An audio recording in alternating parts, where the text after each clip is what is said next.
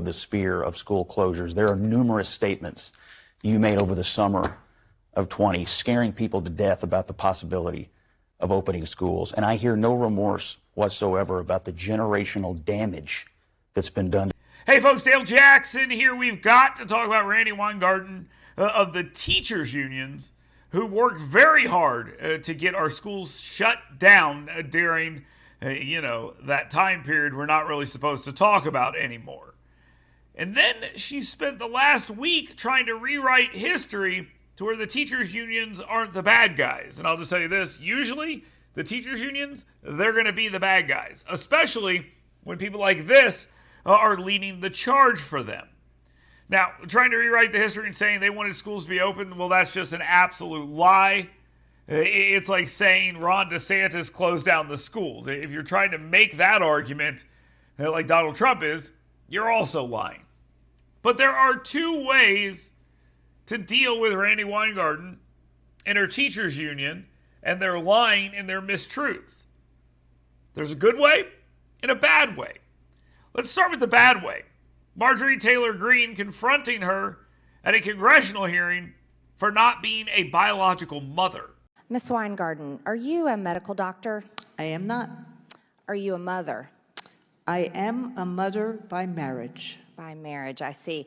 And my wife is here with me, so I'm really glad that she's here. Rabbi Sharon Klein. Miss CDC, as not a medical doctor, not a biological mother, and really not a teacher either. So what you did is you advised the CDC. Mr. Chairman, that's a excuse me, this is my time. You need to admit that you're just a political activist, not a teacher, not a mother, and not a medical doctor. Gentlelady's time is expired.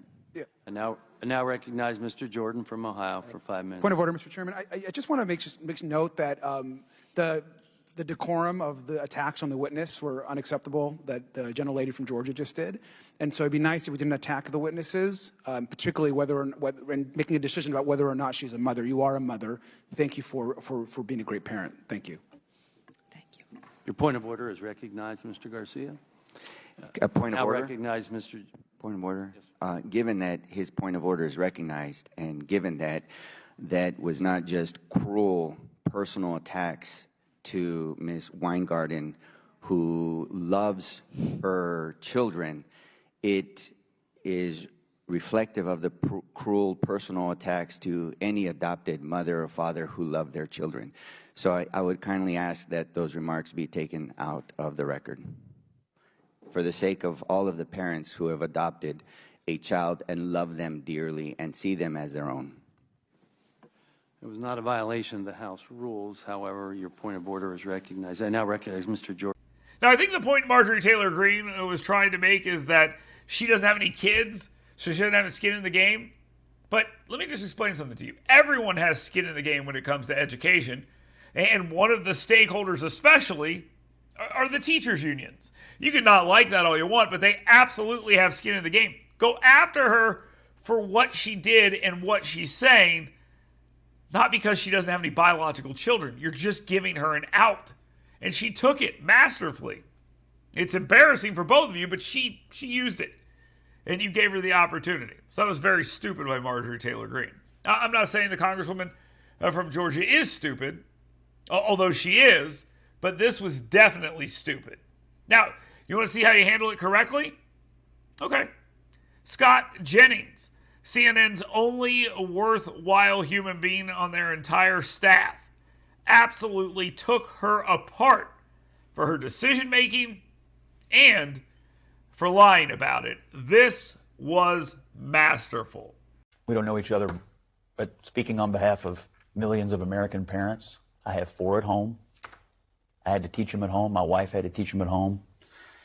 I am stunned at what you have said this week about your claiming to have wanted to reopen schools. I think you'll find that most parents believe you were the tip of the spear of school closures. There are numerous statements you made over the summer of 20, scaring people to death about the possibility of opening schools. And I hear no remorse whatsoever about the generational damage that's been done to these kids. I have 2 kids with learning differences. Do you know how hard it is for them to learn at home and not in a classroom that was designed for them? And for you to sit in front of Congress and the American people and say, oh, I wanted to open them the whole time. I am shocked. I'm stunned. I'm stunned. And there are millions of parents who feel the exact same way. There's really nothing she can say to this because every word Scott Jennings said was absolutely true. He nailed her. He nailed this. The sooner we can get more guys like him on CNN, the better off we're going to be. But Scott Jennings wasn't the only person to handle it correctly. Look at Twitter. Twitter absolutely took her apart multiple times as she tried to sell this same lie that she wanted schools open sooner than she did. And they just went at her on the community notes, laying out that she was lying. It got so bad, she had to delete the tweet, unpin the tweet, and write another one where she tried to lie, and the same thing happened. Randi Weingarten is a bad guy here. The teachers' unions are bad guys here. They kept the schools closed way longer than they had to. Don't let them off the hook. But don't be Marjorie Taylor Greene. Be Scott Jennings. Be Elon Musk. Those are the people that you should be looking at and saying, give me more of that.